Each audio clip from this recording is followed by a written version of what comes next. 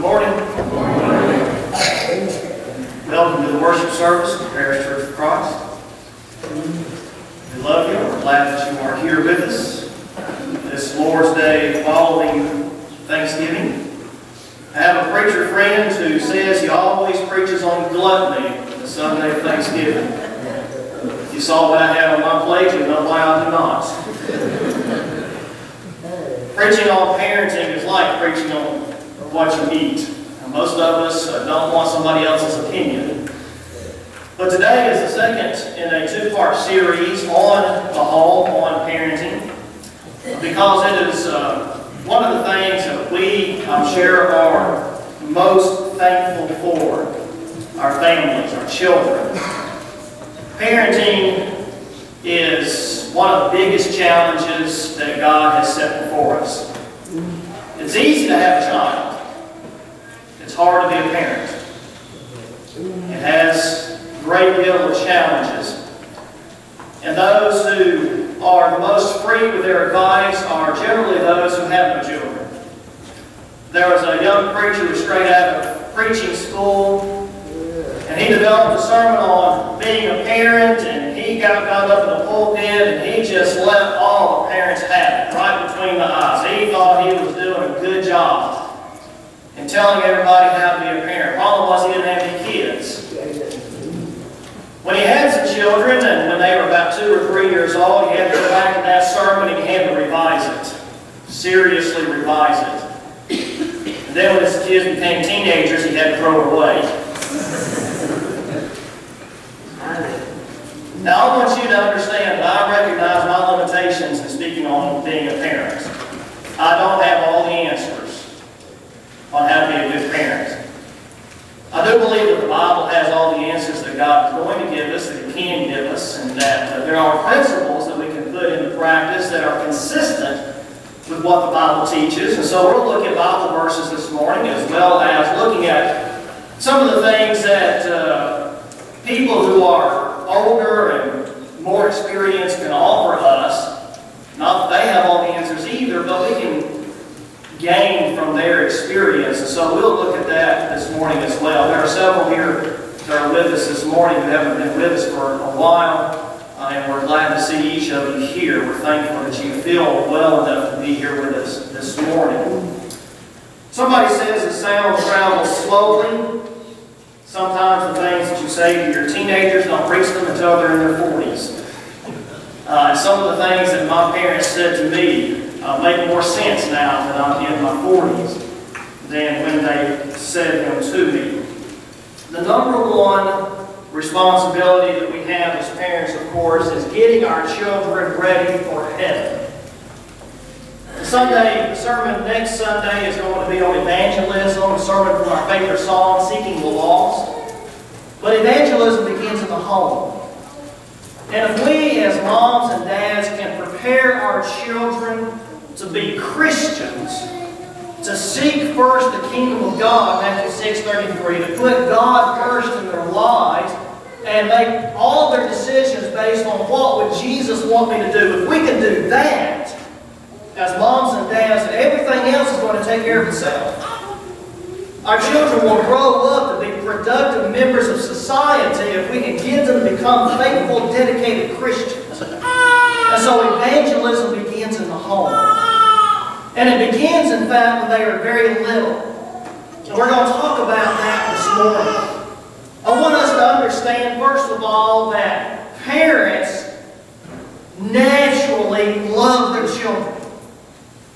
And parents, we need to understand that children naturally love their parents. And children naturally want to please mom and dad. And we're going to spend a great deal of time this morning talking about discipline.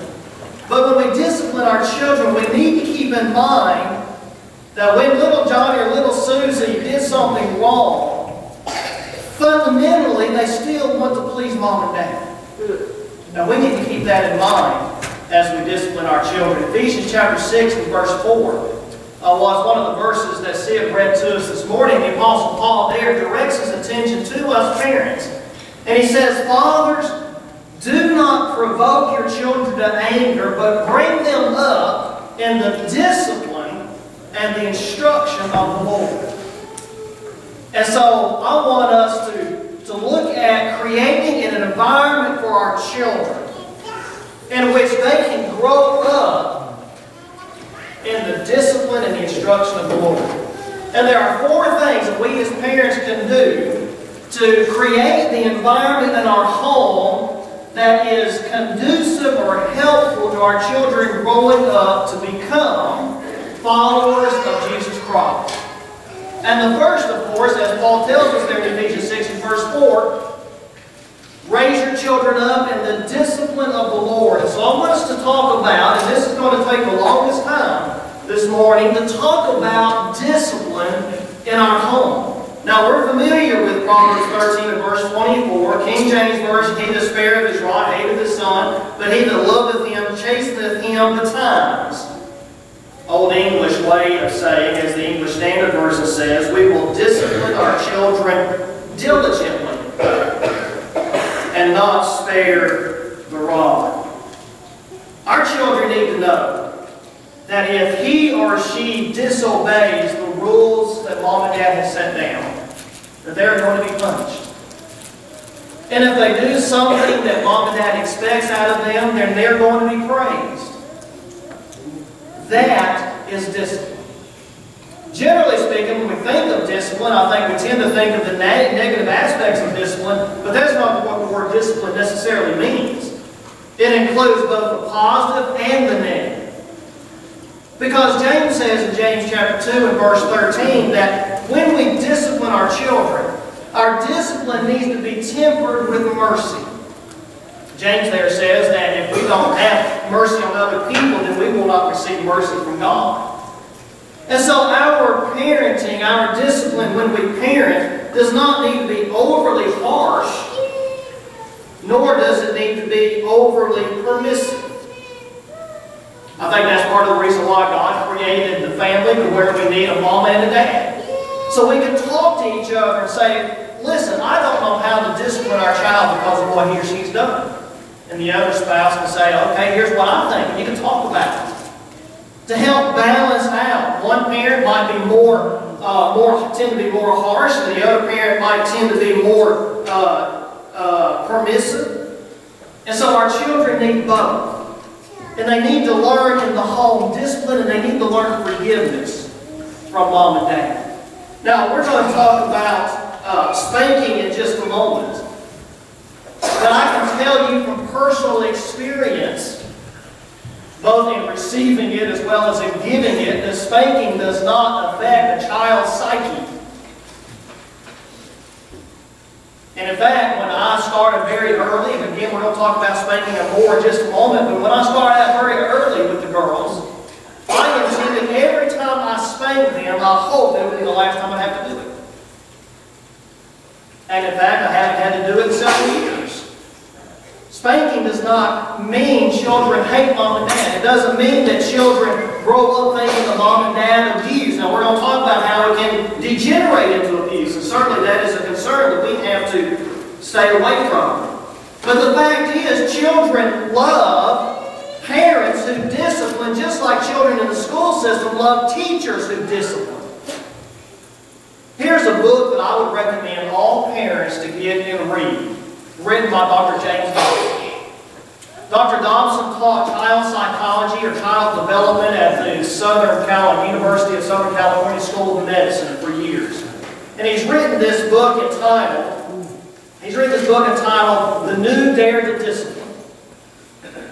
And he gives us reasons in there why children gravitate towards the teachers and towards parents who have discipline, either in the home or in the classroom. And the first reason, he says, is because we find safety in order. Why is it that you and I as adults don't mind walking down the streets of Paris, Kentucky, even on a Friday night? Because we know there are police around. And it is their job, their responsibility to maintain order, and that makes us feel more comfortable. It makes us feel peaceful. It allows us to enjoy life. And that's the way it is in the home, and that's the way it is in the classroom. When teachers maintain discipline and when parents have rules and they enforce the rules in the home, then it allows the children to grow and move forward peacefully because they know that there's order in the home. Related to that, of course, then is that we as adults and children also love justice.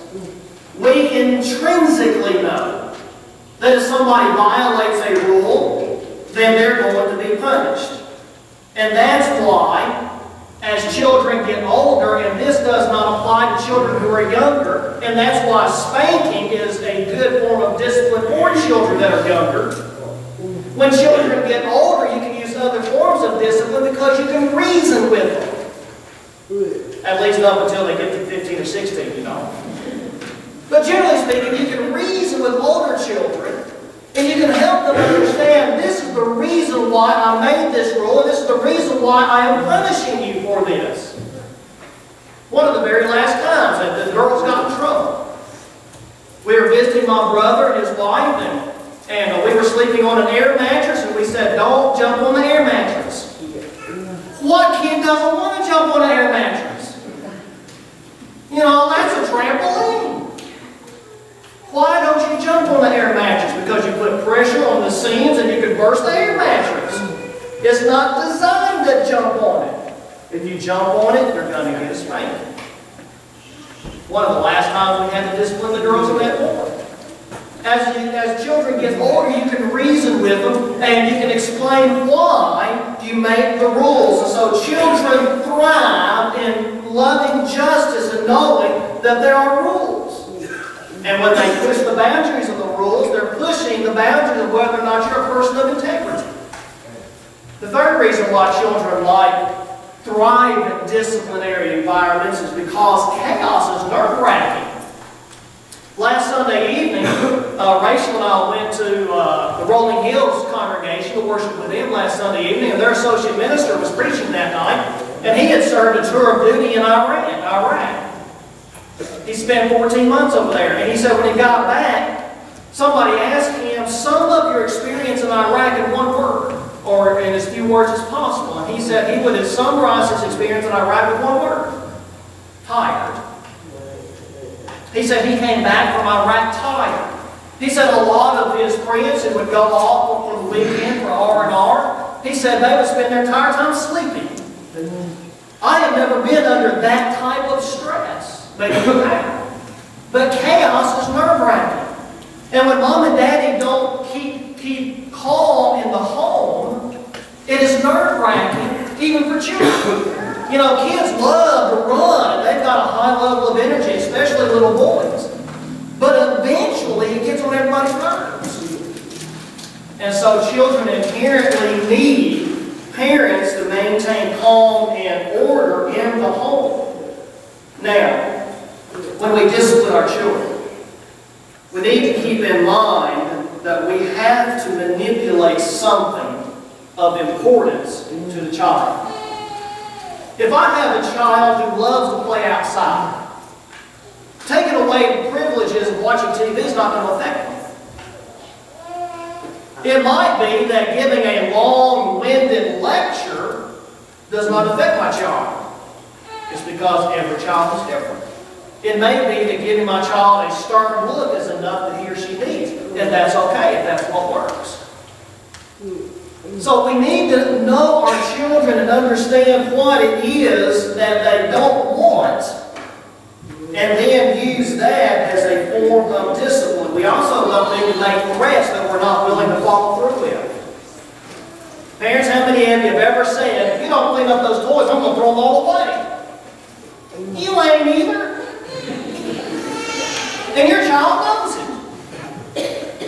So making idle threats that you have no intention of following through with destroys your integrity. So we need to use things as discipline that we know is going to work, that our child loves. Not using a form of discipline that's not going to have any effect on them. Well, let's talk a little bit about spanking then. Solomon again says in Proverbs 22 and verse 15,